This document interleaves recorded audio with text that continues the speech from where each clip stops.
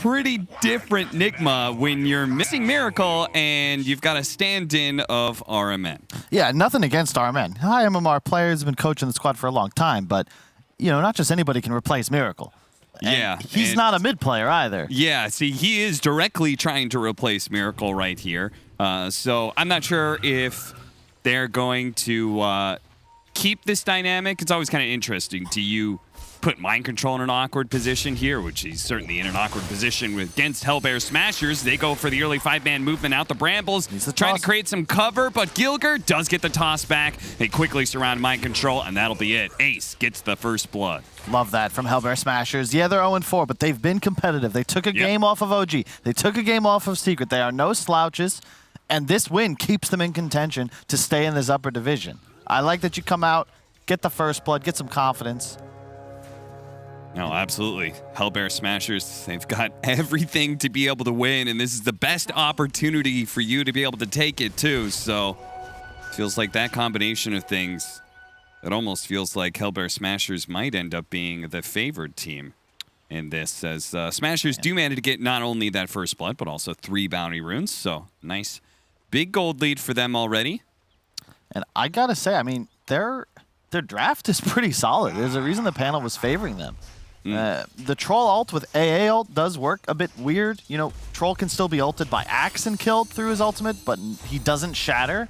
However, you don't regen with any lifesteal when you pop Battle Trance, so be curious to see how that plays out. But if you look at the team fight, you know, Hellbear Smashers, just with the Tide and the AA, like, that's so much damage.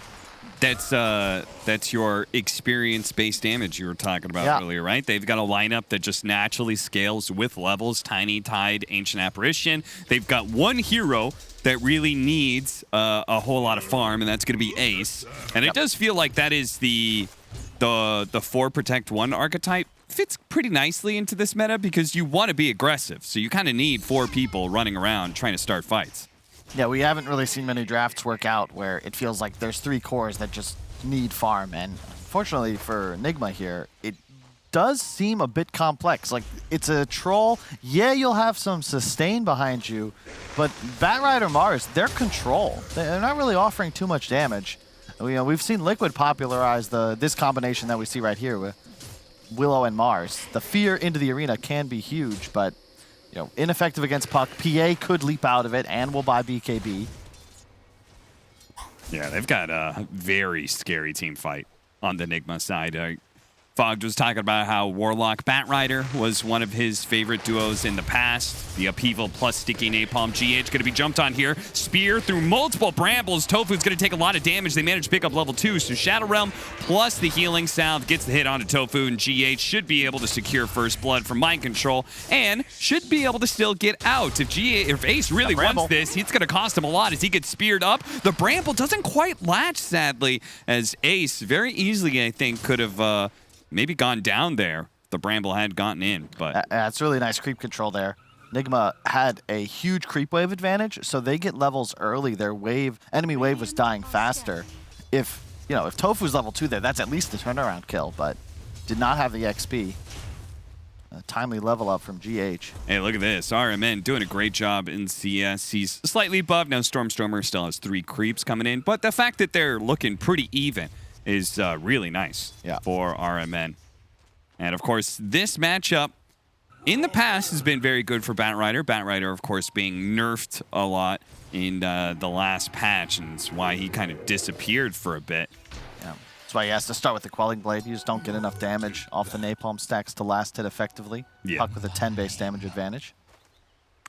Gilger feeling like he can't do anything or isn't needed in the bottom lane is going to go for an early rotation here onto Mind Control and help out this lane. He's going to tank the spear, but Mind Control is certainly dead. I like this move. Tide, you know, he might suffer down here, but already level 3 with the 2 points in Kraken Shell. So just the pure defensive style. He just wants to ensure he doesn't get zoned, is able to get as much XP as possible. And you can see there, if the wave is controlled by Ace, AA Tiny is a kill combo. Like, Mars can't do anything about that. GH, is he going to die here? They still have Avalanche, so I don't think there's a way out. He's got no more healing salves. He wakes up the neutrals. Tofu trying to aggro it, but Gilger times his last hit nicely and is going to be moving over to try and secure the runes here. Take it away from rmN. There goes that water rune. So nicely done, rmN. Not having a real refill on the bottle may actually make a huge difference here. Yeah, that's huge. Because rmN... Oh, no. Yeah. Speaking of bottle refills, yeah. It's nice, though, because the way you play bad mid, you kind of have to be out of mana almost at all times. You're shoving waves constantly. Napalm spam, Firefly for the rune spawn. So really well done there by Gilger. But, you know, GH had died. Tactical feed. It's actually worth, in a way, for Bet because he gets the free charge. That's something I really hope we see changed at a point. The fact that the fountain regen lasts long enough to both fill bottle and give that extra charge. Yeah. 2 extra charges. Yeah, the 4.5 sort of hit that you get out of this is pretty insane for sure. No doubt that bottle in some way needs to be nerfed. Because I think the refill, that should stay. But the 4.5 charges, maybe a bit excessive. GH. He does get out the Curse Crown, and he's got Mind Control running interference for him. Ace is still going to go for it. Immediately going to be speared up. Brambles is here, but GH is going to take too much damage too quickly. He dies again. Yeah, there is a price they pay for this. Hellbear Smashers are leaving their Tidehunter on an island. He's getting some pretty solid XP, already level 4.5, but you know, not really much in the CS department. I think it's a worthy trade, though, because your PA, you know, that's your one position. It's your hard carry, and it all is worth it, maybe, if they can get this kill onto rmN. He knew the Tiny was coming in thanks to a ward, but it looks like he underestimates the damage that the puck is able to put out. They double TP for that, too. This is the danger. The opening picks of Nigma were this support duo, but not really the easiest active roamers, right? Tiny just shows up, stun, toss, no problem. Willow Warlock, like, you need ultimates to do anything, really. Going for the power rune here, doesn't even spawn. Stormer is taking a lot of damage from Kuro. Another round of spells, GH. We're going to throw that last Shadow Realm hits, and Tofu barely survives thanks to the stick charges he had leveled up. Now they manage to get the lasso here onto the Tiny, pull him back down into the river, so there's nowhere really where he can run to. And hey, look at that, a regen rune for your efforts as well, rmN. Gets right back up to full plus. Stormer looks like he was grabbing the bounty rune. Doesn't quite time his phase shift correctly and does take a bit of damage. In fact, the Bramble's landing, and that last hit, that's going to be enough. He's going to burn out, whether it's to Healing Word or it's to Fatal Bonds. That was a really weird play from Stormer. They're just overconfident. The Warlock threat is real. Back in the day when I used to play this mid, this was like the hard counter to puck because you just can't juke the damage. And the Fatal Bonds and the Shadow Word are deceptively high damage against a hero with such low base HP. And Stormer just doesn't respect the level 4 Warlock. Rasmus, if he really wants out of this, maybe could have Ravaged right away, but of course he will hold on to it, knowing that the Ravage is more important than his life. Meanwhile, top lane, they're going to go for the kill onto Mind Control. Again here, the Cold Feet barely manages to get him there, but he is level 6 and it's close to the tower, so they can't really play into him any longer. Yep. I like the build a lot by Mind Control. Early Bracer, Chainmail ASAP with a Raindrop and a full wand to boot. So 1200 HP, but even more so because that Raindrop is going to proc twice. Look at this double ward placement from Nigma to make sure they know exactly where the Tiny is going at all times. Because he has to be successful in his rotations top and mid constantly if they're going to be leaving the Tidehunter to dry out here at bottom lane. I wouldn't mind. See, the trouble with Tiny is that if it's a different, you know, this is like the Mirana 4 position, right? You'd be doing more of like what GH is doing, stacking camps to help get his Tide back into the game. They have 0 Ancient stacks, and oof.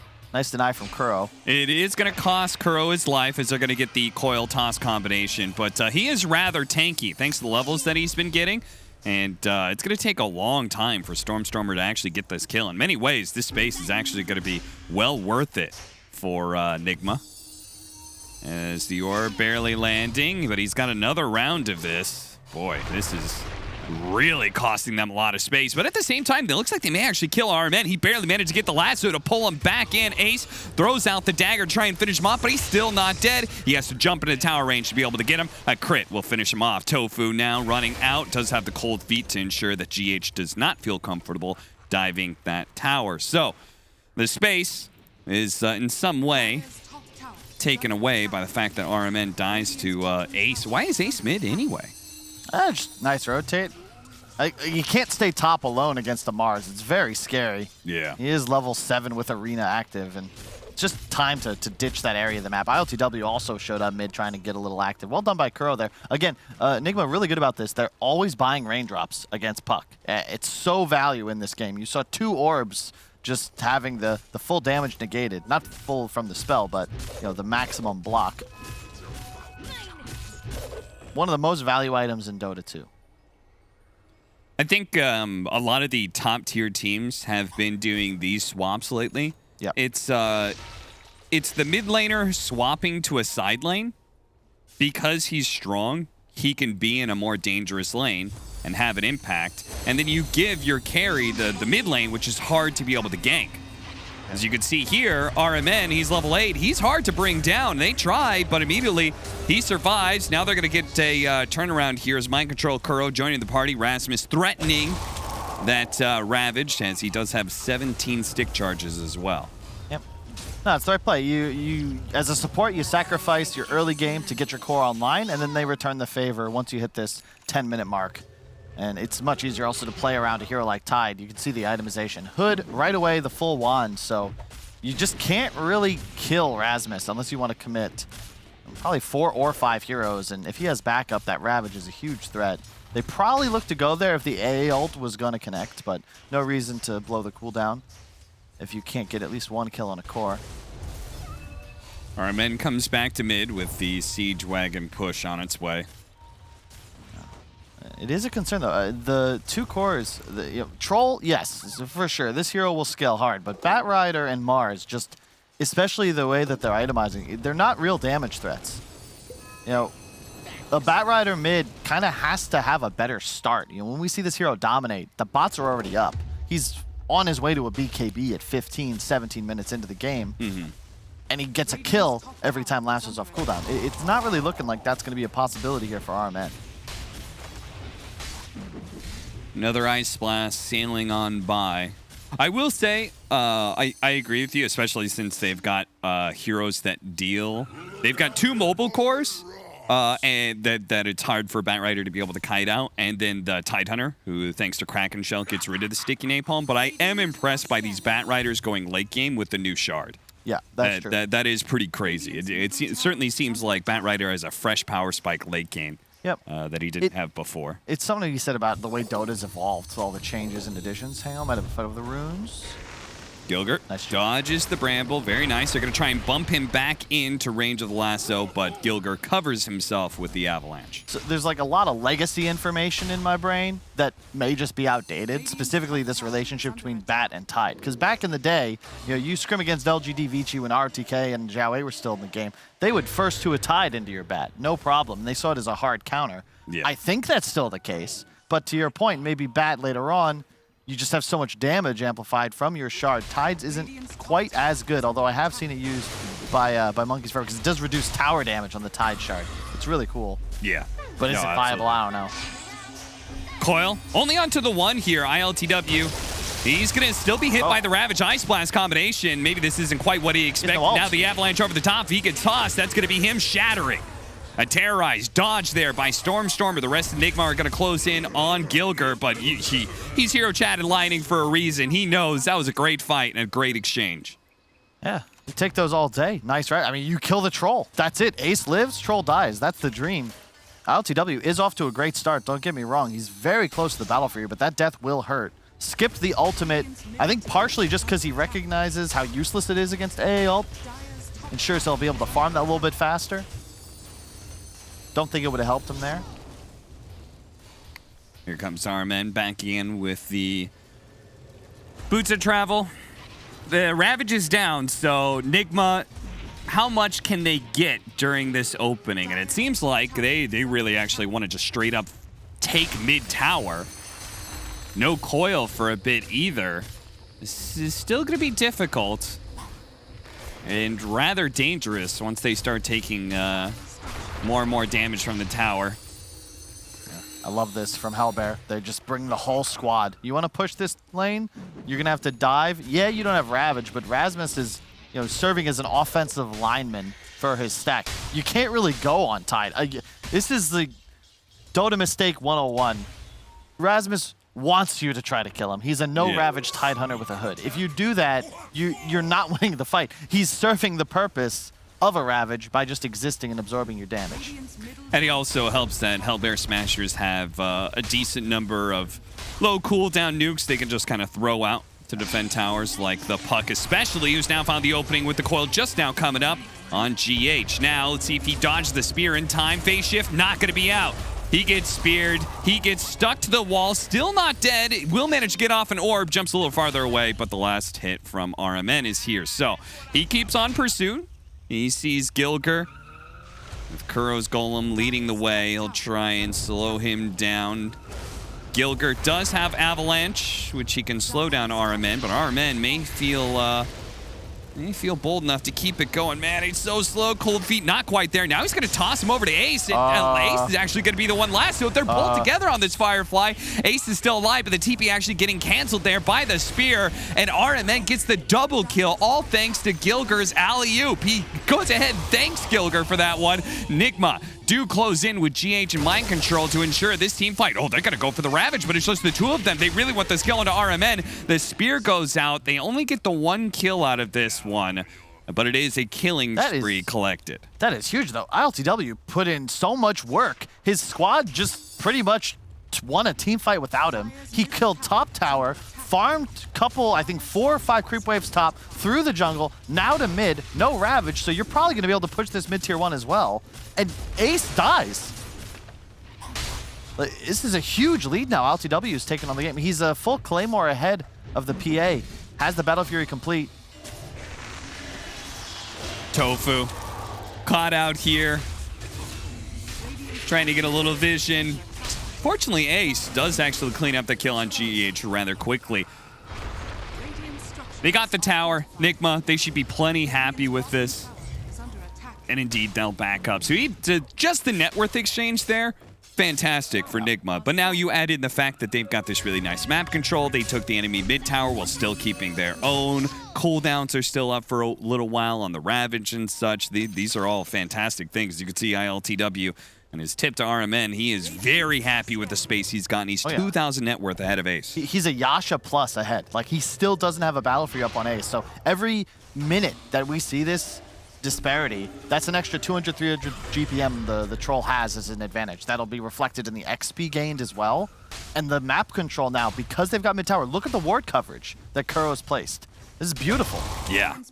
No, he's got all three lanes in a way covered right now. Yep. Both jungles in the mid lane covered in wards. Nice aggressive wards that are going to be able to give you a good read of what Hellbears are up to. Hey, so long as you don't like lose a big team fight and the enemy starts pushing onto your side, but getting a pick off like this certainly helps. His Ace, he's got to jump away here over to Tofu, and that'll be just enough space to get him out, and they actually lose GH in the process. So not bad for the Smashers.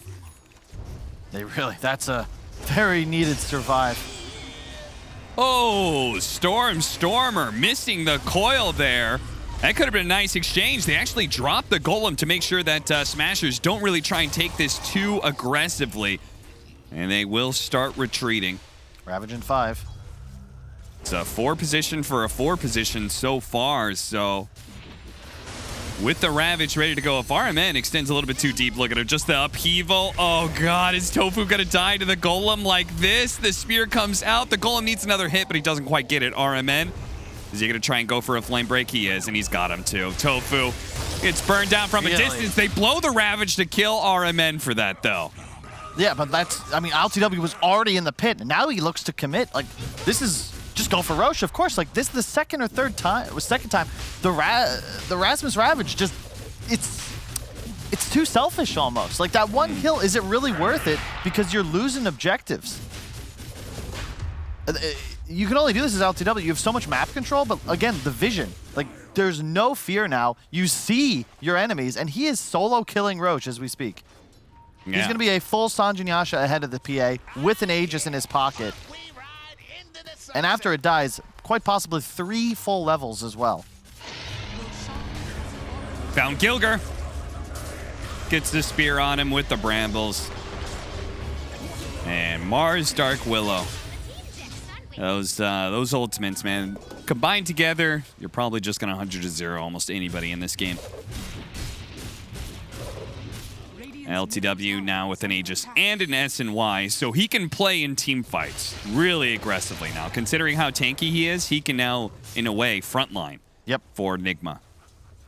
He's done, the whole team's done well. I mean, LTW, he'll probably get a lot of credit if he ends up carrying this game, but his team has put in so much work. rmN really surprising me on his plays as this Batrider just because of how aggressive he's been able to posture. And look, the team is still looking to get active. There's still no Ravage, and they should know this.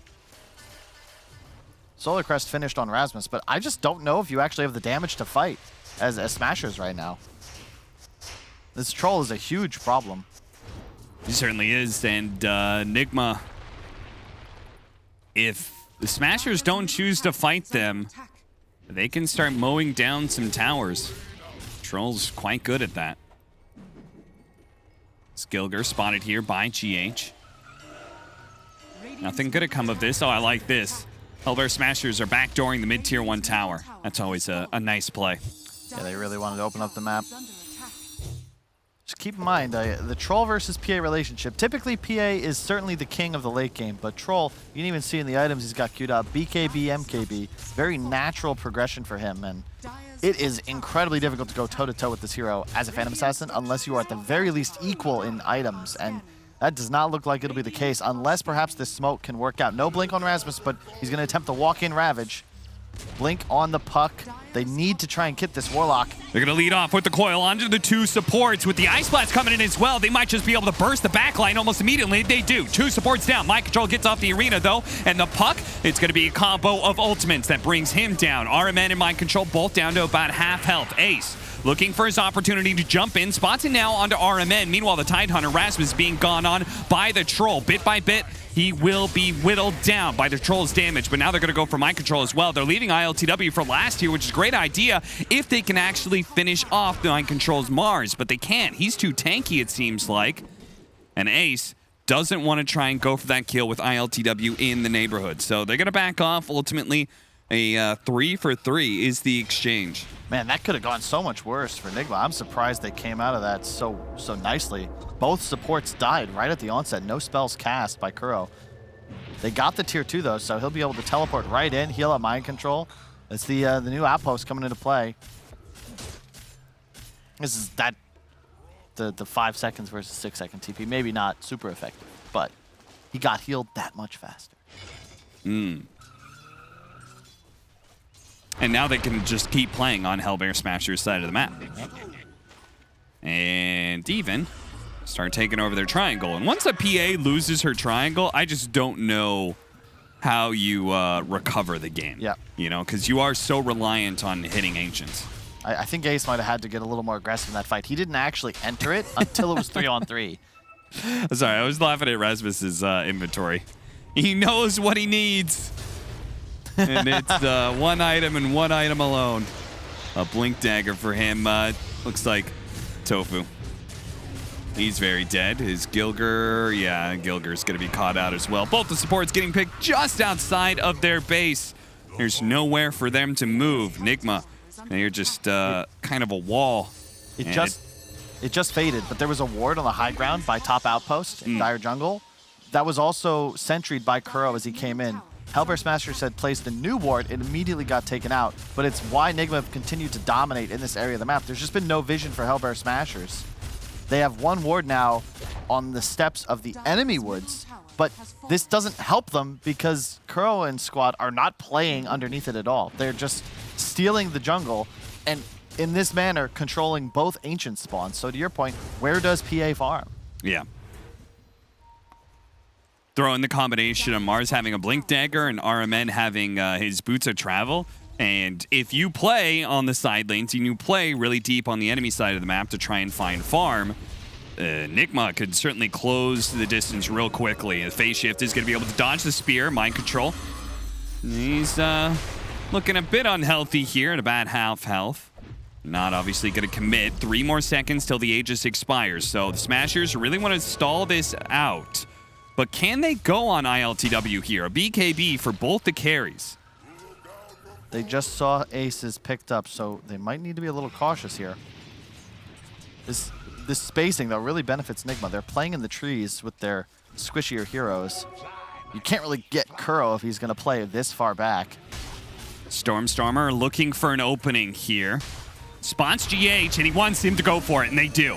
Gilger jumps him, hits him with a combo. Puck follows it up. Puck trying to protect his own life as best as possible. Gets a coil on just the Batrider. Immediately broken. The Ice Blast is going to follow it in. They need more damage behind it, though, and they don't quite yet have it. rmN doing a nice job dodging around. Ace, the Golem is thrown onto him. He's going to jump away back to Rasmus and Stormer.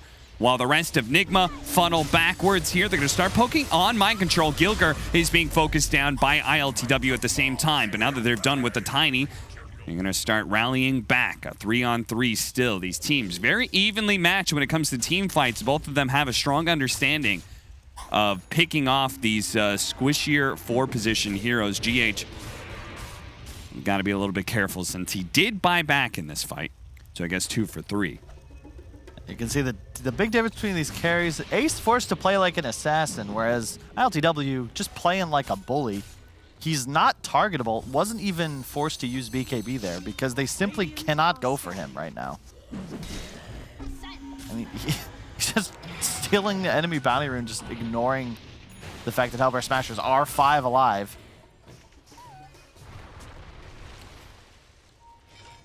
And really nice placement. They're just going to continue to apply this pressure.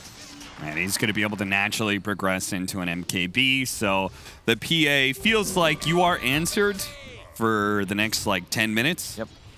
Probably, maybe if we survive for another 15, then the PA starts becoming big enough threat to some of these other heroes. But rmN, he jumps in big time to be able to go for the Ancient Apparition, but he immediately gets turned around on by the Smashers. Nigma are going to use that BKB on ILTW to TP home, and Kuro looks like he's far enough back.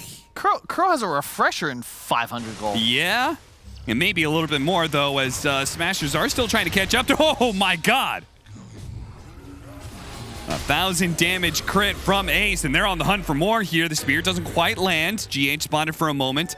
Gilger, Blink Dagger up. Another Avalanche. A toss coming in soon. Shadow Realm just came back up, so he's not going to be tossed here. That's huge. He had no buyback. That would have been guaranteed tier 2. Still might be, but you can see the downside. Kuro went for this very greedy item build. When he gets the refresher, that's going to be nuts. But for now, the side of Nigma have literally no plus armor items. So that Solar Crest advantage is going to come into play. The Gush as well for the minus armor. If you get caught as Warlock or the Willow of GH by Ace, you die in a crit. He is in a really bad position. Oh my God, ILTW. He has no BKB. What is this? He has no This BKB. is the most insane farming I have. What? Can we get a replay? Where was he? So he just walked up to the Ancients? BKB TP'd, and I think he TP'd the tier 2 bottom, and he farmed his way up into their triangle. And they had a ward on him, too. Yeah, I mean, the only place on the map Kuro doesn't have sentries is the Ancient Camp that ILTW chooses to farm. That is a huge death. His advantage has just dropped off. You know, he's been an item ahead this entire game. Now it's going to be half an item. And Ace, you know, he's got the Deso complete, so, you know, actually, they're even. It's just that right now, he's got a lead on the MKB. That timing is going to be huge for Nigma. They'd like it to hit before the next Roche fight.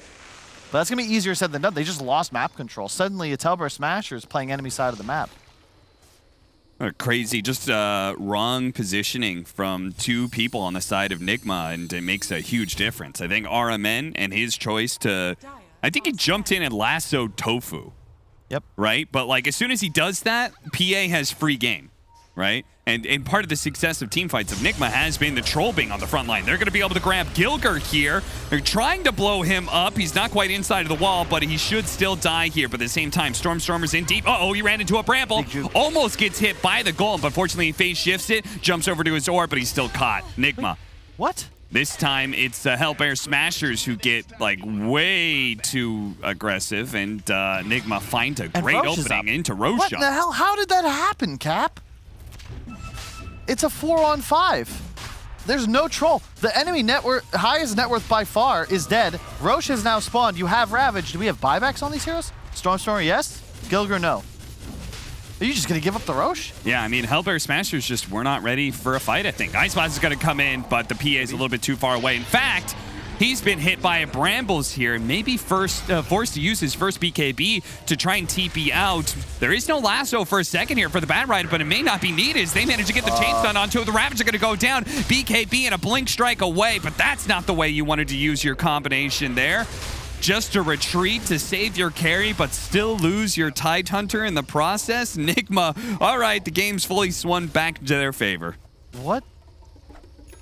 That's just nuts. They just gave away. They were gonna have such an insane timing. PA just hit level 20. He has the Deso for 7 minus armor, his talent for 3.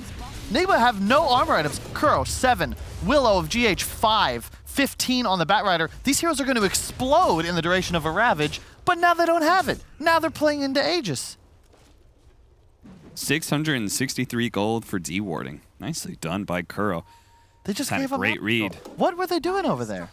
I don't know. There's just a lot of weird mispositionings happening. I think both teams are underestimating the potential of the other team to be aggressive on them. And now Ace doesn't have a BKB for 15 seconds. They need the puck, Blink Strike, to be able to jump over, and Stormer does give it to him. Ace. He's running himself out of here, but Stormer is going to get caught in the process. And Mind Control may get burned out, but Ace. rmN spots him. He's going to be hit by another Flame Break. BKB just came up. Oh, he had it. He didn't. I think he came up in like literally the last second. rmN. And he was not spamming it. Is that Miracle or is this rmN? Because all of a sudden, the Bat Rider is just winning the game for his boys. You know what's funny is that like there's so many okay, that fight in triangle where Hellbear Smashers is not well prepared. They get caught. That leads to Roshan being taken. That Roshan is a shard. So the Bat Rider picks up the shard. That's how he ends up killing the PA again. It's like these things can snowball rather heavily. So he now doesn't have to buy a shard. He can instead buy a BKB cap. Suddenly the Ravage is ineffective, and he's going to be gunning. Like, that's 2 racks. Like, I actually, is that just GG? It's close enough to it. I mean, they're going to hold out because they've got a PA, right? They've got a PA. They've got tier 1 and tier 2 still up in the bottom lane. But their whole timing just disappeared. Suddenly, everybody on the Radiant team now has a bonus 2,000 gold. That's a plate mail on the Mars. It's going to be an Aeon disc soon on GH. It was 24-20. Hellbear Smashers had a lead, and then, man, just I don't know. I guess by now I should have learned to buy the dip, but I cannot believe that they turned this around. Yeah. Fistful of sand. It all just slips through their fingers, and Hellbear Smashers, who had an opportunity to take control of this game. Plate mail on the bat. Now they're dealing with the BKB plate mail Bat Rider, who has a shard. PA no longer has that insta-kill potential because Team Nigma just picked up like a bonus 30 or 40 armor across their players. Now they have a Refresher Golem and an Aegis and a DD. Still have an opportunity for outplay rmN in deep here. Tried to go for the lasso, but the Lincolns protected him, I believe, on the puck. So, did he not know about that? It was new. Just picked up.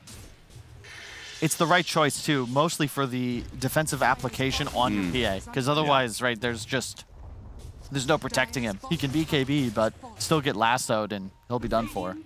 It's a pretty sick move. If he didn't have that Lincolns, they would have just found a insanely good pickoff to end the game.